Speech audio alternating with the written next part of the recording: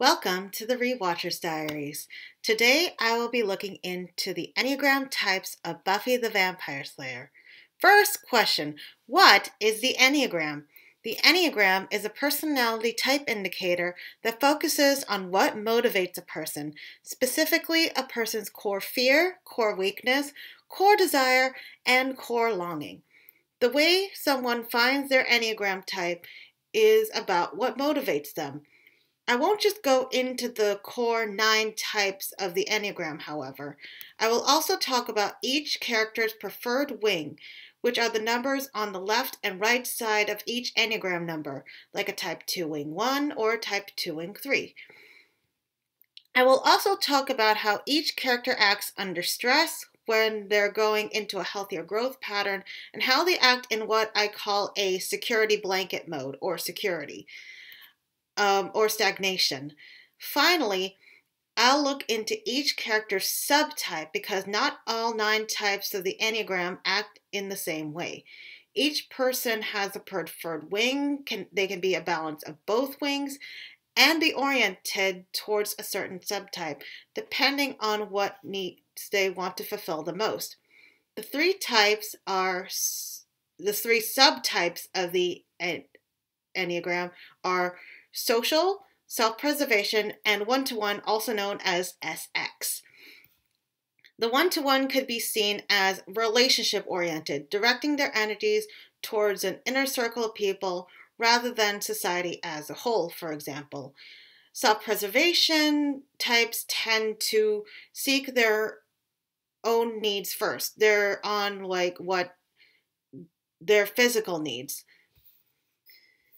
The one-to-one subtype could be seen as relationship-oriented, directing their energies to an inner circle of people rather than just society as a whole. They're driven by passion and intensity, and to some extent, competition. In contrast, the social subtypes focus their energies on other people in general. They try to cater to the needs of other people first, constantly think about how other people perceive them and their impact on their world, their legacy. You get the idea. Self-preservation subtypes tend to their own needs first. They want to create a secure environment, make sure that they have physical safety, comfort, good health, material security. They love food a lot. So just keep that in mind when I go into each of the subtypes and see if you agree or disagree.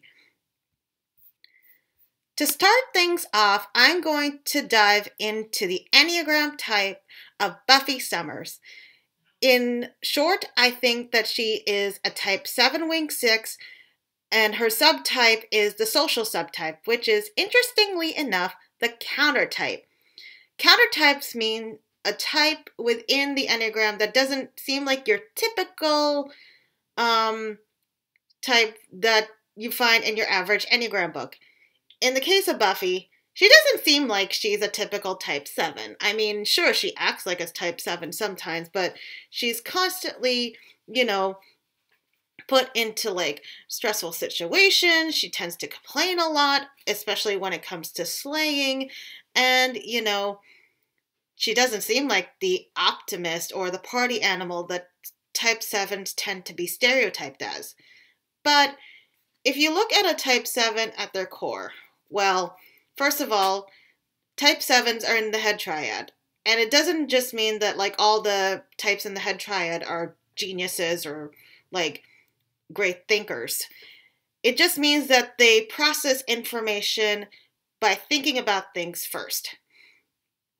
Buffy's first instinct is to think about how to tackle a situation. It could also mean that she has a tendency to be stuck in her own head because she's driven by this underlying fear and a longing for security. The core desire of a type 7 is to be satisfied and content with life. They want to be happy, unrestrained, and free. When Buffy is living her normal life, she likes to have fun. In Faith, Hope, and Trick, she says she wants to date and shop and hang out and go to school and save the world from unspeakable demons, which she calls girly stuff. And I think that really sums up Buffy in a nutshell. She likes to To paraphrase Taylor Swift, she's happy, free, confused, and lonely all at the same time. And she fears being deprived or trapped in emotional pain, which is a very type 7, which is the type 7's core fear. She doesn't deal with emotions the way that Enneagram types in the heart triad do, the types 2, 3, and 4. She tends to be avoidant of things that she's afraid of. When she's dealing with a problem that she can't punch or slay her way out of, her first instinct is to not cope, to avoid dealing with her problems by acting out, distracting herself, or just straight up running away. Think about how she acted in When She Was Bad, or how she ran away in Becoming Part 2. She tends to avoid the big problems in her life unless she absolutely, positively has to. Unless the problem is like immediate or urgent, she just does not want to deal with the things that she doesn't like. Type 7's core weakness is gluttony, and I don't mean just eating a lot of things. Type 7, Type 7s like to constantly try new situations and occupy themselves with things in order to avoid dealing with emotions. Think about how often Buffy would rather slay vampires than deal with relationship drama or stress with actual life, like things from school or just when she has to cope with adult life in general in the later seasons. Underneath it all, Buffy is never 100% satisfied with her life, and she goes back and forth between what she thinks she wants and what she really needs. On the one hand, she wants a normal life. On the other hand, when the powers of a Slayer are taken from her during the episode Restless, she doesn't know how to deal with that power being taken away from her. Type 7s are stereotyped as having a Peter Pan complex. Now, this is just my theory / opinion / hot take it what you will. But in the context of the show, being the Slayer is a metaphor for adulthood and all the power and responsibility that comes with growing up. From that perspective, you can interpret all the times that Buffy resents her calling, her longing for a normal life as, well, not wanting to grow up. But can you blame her? Adulting is hard. The Type 7 core longing is to be taken care of. Buffy expects people to be there for her, and that manifests in her abandonment issues in regards to her dad, Angel, Riley, and Giles, who all end up leaving her. Can you blame Buffy in Season 6 for being so depressed after being taken out of heaven that she starts to depend on the one person who refuses to leave her and focuses his energy on making her feel anything? Her addiction to, having sex with Spike? It's a Type 7 coping mechanism, like it or not. The wounding message, the underlying, driving force of Type 7s is that it's not okay to depend on others for anything. Buffy is constantly deprived of reliable, safe, dependable people who take care of what she needs. So she tries to sort of build this community in hopes of getting that need of, of having her needs met. When everything else gets taken away from her, she feels like she needs to rely on herself. When the chips are down, she feels like she's all that she has, whether she likes it or not. Now, here's an interesting thing. I initially thought that Buffy is predominantly a Type 7 Wing 6, but upon further research, I feel like she's somebody who has a balance of both her wings and uses her wings at different times. Let me explain. The wings for a Type 7 are 7 Wing 6 and 7 Wing 8. On the one hand, when it's average Buffy, downtime, not slaying, she's usually a 7 Wing 6. She's searching for freedom and happiness with new experiences, but at the same time, she wants security and stability. That means relying on communities, her family, her friends. And downtime Buffy really focuses on, feeling safe and secure, as well as, just having fun. Slayer Buffy, on the other hand, is a type 7 wing 8. Whenever she has to deal with a problem, Buffy is intense and focused. And there's a part of Buffy that likes the power that she has from slaying. It's just that she doesn't admit it as often as I think she should. Buffy uses her 8 wing when dealing with what she needs to do. She becomes more strategic. When she says in Halloween, ambush tactics, beheading, that's the 7 wing 8 in Buffy.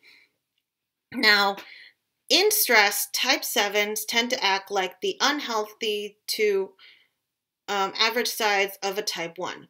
This is when Buffy becomes rigid. She becomes a perfectionist, pessimistic, and resentful about, what she has to do. And you can definitely see that in Becoming Part 2, where she says, like, I would rather be doing anything, but I have to save the world, Like, that is, if that's not a type 7 under stress statement, I don't know what is. She deals with the problem, and then she kind of runs away from all the big emotions and tries to cope with things on her own. Now, something interesting is the security blanket / stagnation, where type 7s act like average to unhealthy type 5s. This manifests in how Buffy tends to hide her feelings around those she's closest to. She hates being emotionally vulnerable because in the past it's gotten her hurt. So like an unhealthy type 5, Buffy's security blanket is to isolate herself from those closest to, and at her worst, she can act pessimistic and cynical, like hoarding her needs just to make sure that she's safe.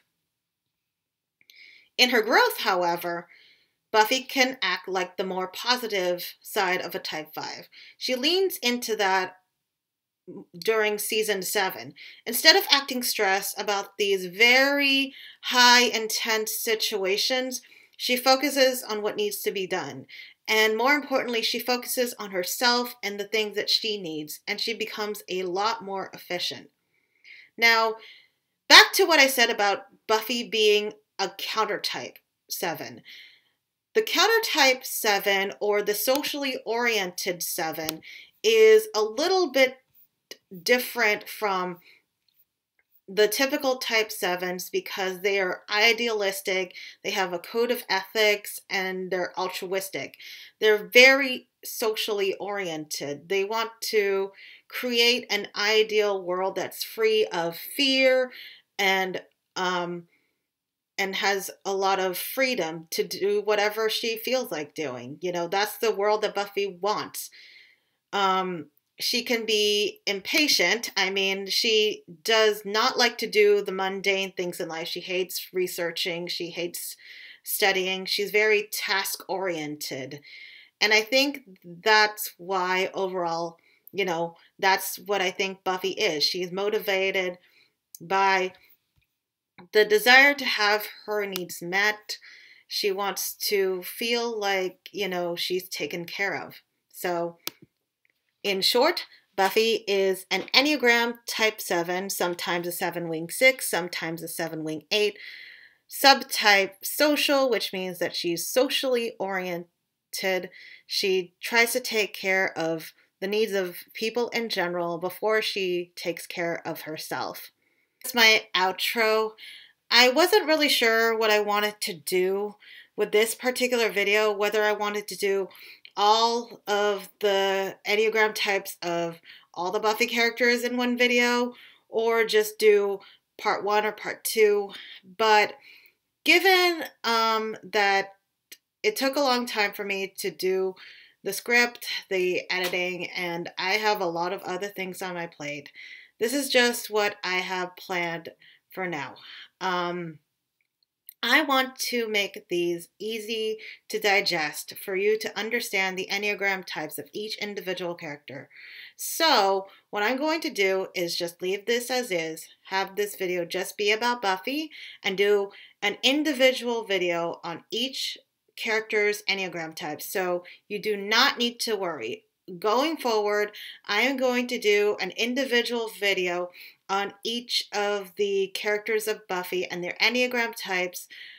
So next up is going to be Willow Rosenberg, and then Xander, Giles, Cordelia, Angel, then Spike. If you want me to do Drusilla, comment. That might be a bonus. Then I will do Faith, Anya, Tara, and Dawn. And that's all I have planned in the characters for Buffy.